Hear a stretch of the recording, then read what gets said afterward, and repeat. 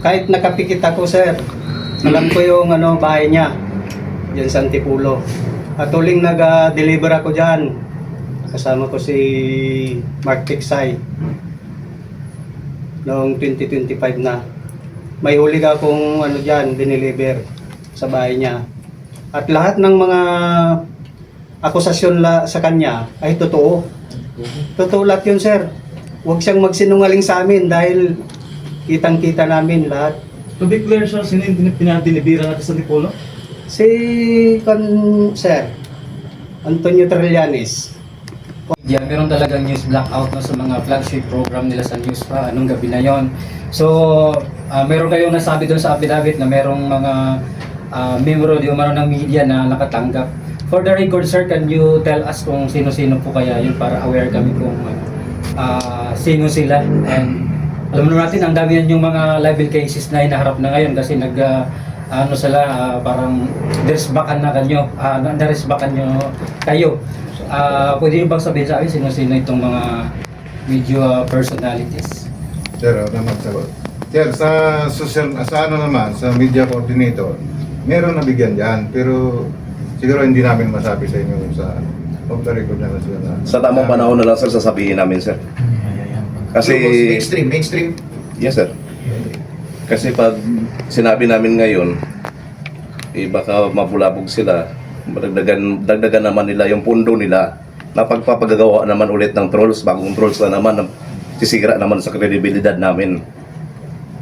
Kaya sa tamang panahon, sir, ako saksi din ako sa pagde-deliver dyan sa mga media.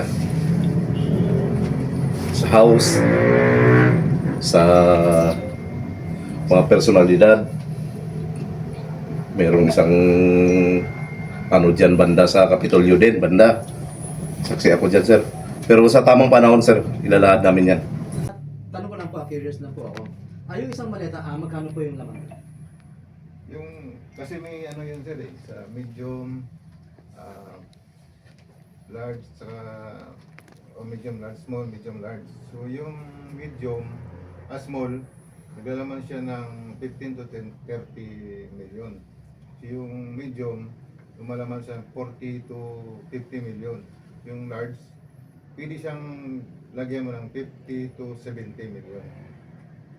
Yun lang po, sir. Boss, sabi nila kakampi natin si Leon Leviste, bakit daw dinamay natin yung mami niya? Para sa akin, parang kung nagsisinungaling kayo, syempre, hindi niyo idadamay yung kamag-anak ng kakampi natin, di ba? Parang pinapatibayan yung credibility ninyo kapag sinama ninyo kahit apparently kakampi natin, di ba? Ano masasabi ninyo doon? Ika nga, sir, from the beginning, sabi nga namin, yung totoo lang, totoo kahit kakampi pa namin. Sabihin namin, totoo ang sinasabi namin, sir, yan ang nakita namin, From the very beginning, yan ang briefing ng abogado. Sabi, huwag kayo magano kasi yan ang pinakamahirap i-defend sa korte. Yung nagsisinungaling ka. From the very beginning, totoo at totoo ang sinasabi namin. Wala kaming dinagdag na kung ano-ano dyan. Yun lang po, sir. Maraming salamat po. Listahan ng mga senador, boss, congressman, parang in-expect namin lahat sila nabayaran Pero parang bakit maikli lang yung listahan? Yung iba, sir, hindi na namin siguro kung nabigyan hindi na namin matandaan kung kailan. Saka hindi namin kung maalala kung kanino. Pero pag halimbawa sa amin na ipakita sa amin, siguro maalala namin. Sa akin, sir, dahil ako yung driver dyan palagi sa pagbabasura din, masasabi ko lang sa kanya, kay sir, nagrespeto ako dyan. Kahit nakapikit ako, sir, alam ko yung bahay niya diyan sa Antipulo. At tuling nag-deliver ako diyan. Kasama ko si Mark Tiksay noong 2025 na. May huli akong diyan, dineliver sa bahay niya. At lahat ng mga akusasyon sa kanya ay totoo. Totoo lahat yun, sir. Huwag siyang magsinungaling sa amin dahil kitang-kita namin lahat. To be clear, sir, sino yung pinadeliveran natin sa Antipolo? Si Sir Antonio Trillanes, former. So pwedeng malaman kung magkano? Yan, sir, yung portable coupon, envelope. Siguro sir, naglalaman ng 10M yun. Mga ilang beses yun, sir? Sa ako sir, isang beses akong nag-deliver doon, yung last. Tapos yung kasama ko, nag-deliver din sa kanya. So, hindi niya may pagkakaila yun.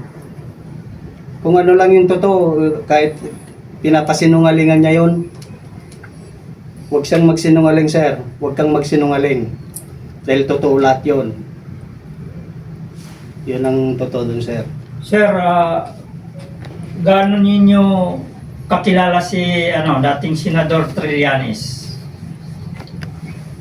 Bilang isang Navy sir, kilala namin yan, pumutok yung Magdalo nung araw, 2003. Yun, doon namin siya lubusang nakilala sir. Kasi siya yung isa na nagdala doon sa Magdalo na yun. So hanggang naging senador siya sir, kilala namin siya. So yung respeto namin, napakalaki sir ang respeto namin. Ang nilalaglang namin dito ay yung parang yung pawang katotohanan lang na kuha namin sa kanya. Kaya huwag niyang pasinungalingan yon dahil totoo lahat yun sir. Yun lang po. Sir, sa una yung deliver, sir, ng mali-malita, hindi ba talaga kayo nagkaroon ng duda? Wala sir, Wala talaga? wala kaming idea doon sir. Yung mali-malita na yun. Pero alam niyo ang laman. Oo sir, alam namin ang laman kasi binibilang nga doon sir sa sa Baliberte. Hindi ba talaga pumatak sa utak niyo Oo na sir, wala sa amin ang yun. naging pira nito? Opo, wala sa amin yan. Huli na lang po namin nalaman na yung pera na pala na yun ay galing sa flood control project. Kung nakita rin yung kumupit yung mga pulis, sir, hindi ba kayo nainggit na kumupit din? Wala naman kami sir na nakita nung kumupit ang mga PNP na kasama namin. Hindi na namin sir. Pero napicturean niyo po, hindi ba?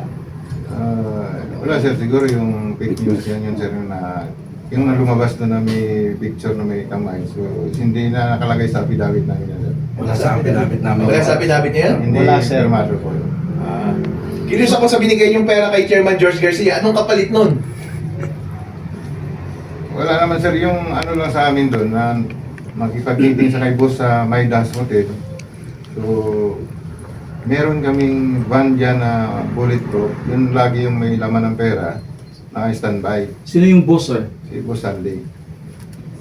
Ngayon, kami ng mga security, kasi pag meeting ko sa taas, ay nagi, kunwari, nandun yung close end, saka yung mga dikit sa dunga, hindi naman lahat papasok eh. So dito kami mga security driver sa gilid, nakakapagpaikot kami.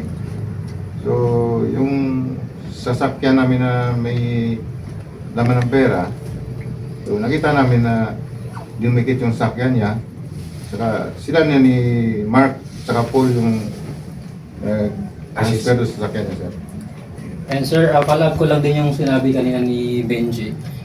Sinabi niyo hanggang dulo. So kahit anong gagawin nilang intimidation, pressure, so hindi na po kayo magre-recant ng mga statement niyo sa affidavit. Wala na sir. Wala na, sir. Wala nang atras. Wala na sa Okay, so sir, bago lumabas si Gutesa, nakipag-coordinate ba sa inyo? Wala sir. So, sarili talaga niya decision yun. Yes, sir.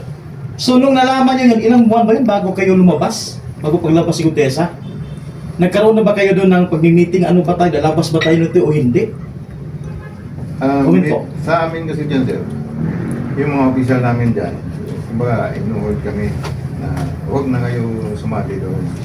So merong ano dyan sir na inaano kami walang lumabas. Until, Yung pumutok si Top Producer. Yan lang po. Month prior, sir, magkasama kami ni Orly Gutesa. Ang sinabi sa akin, Chris, dyan ka muna, may pa-flat sign na ako. Yung sabi niya, lilipat ako na ibang trabaho, ugutin kita pag ano. Ang hindi ko alam na pag after 1 month na lumabas na siya sa Senate Blue Ribbon Committee, so nagulat kami, wala kaming idea, sir. Diyan ka pala tap. so walang coordination ng Walang coordination nangyari. Hindi pala tap. Akala ko hugutin mo ako. Kaya napaisip ko sa akala ko hugutin mo ako. Dahil may bago tayong trabaho. Kasi panahon yun, pumutok na yung flood control na sir.